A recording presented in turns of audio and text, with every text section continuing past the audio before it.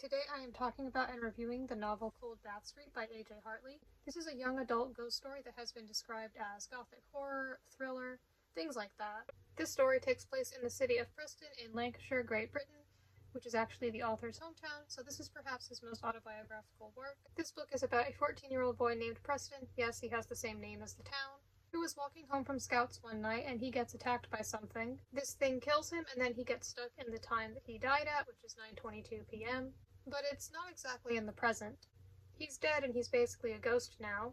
He's in this place where he's stuck in the moment in time when he died, and there's hardly anyone else around, but there are a few people, or rather, ghosts, who he interacts with. He explores this new state of being, tries to figure out how everything works.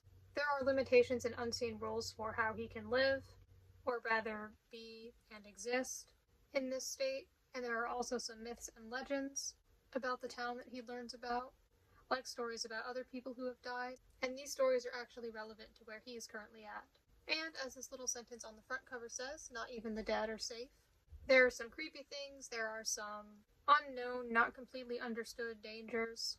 And for Preston, this is both terrifying because he doesn't know what will happen to him if any of those things get to him, and intriguing because he's curious, especially because he's been trapped in this sort of state of limbo, and he doesn't know why he hasn't just completely died and moved on like most people seem to do. It's pretty interesting.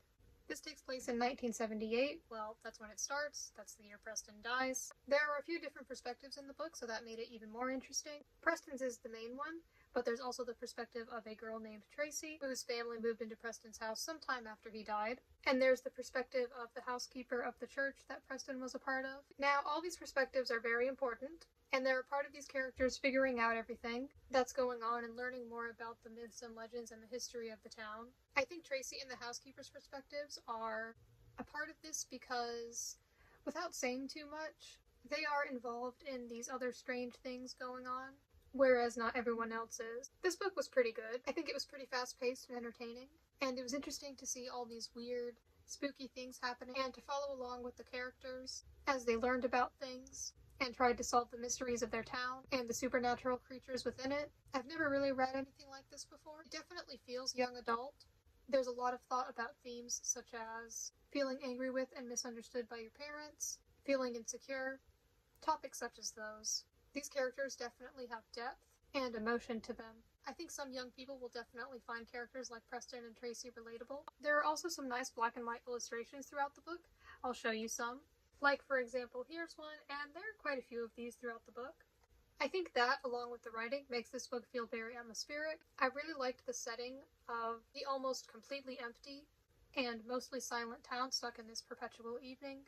Somewhere on Amazon it said that this book is similar to The Hunger Games, but I don't think it was. It did, however, remind me of Corpse Bride, especially with how there's the land of the living and the land of the dead. Now, it doesn't exactly work the same way as it does in Corpse Bride, but it did remind me of it. And I feel that the writing was quite cinematic at times, which was cool. This book is also very British. I definitely plan on reading more of this author's work. I've read the Secret Machines books that he did with Tom DeLonge, and that's how I discovered this author. I really enjoyed both of these as well, and I've also made reviews on them. Cold Bath Street also has a sequel called Written Stone Lane. I definitely plan on reading that. But for now, I gave Cold Bath Street 5 stars. It was an enjoyable book. It was pretty fun to read, and I will probably do reviews of all this author's other books that I read in the future. But for now, after this video, my videos will resume back to my Twilight reviews. So, thank you for watching.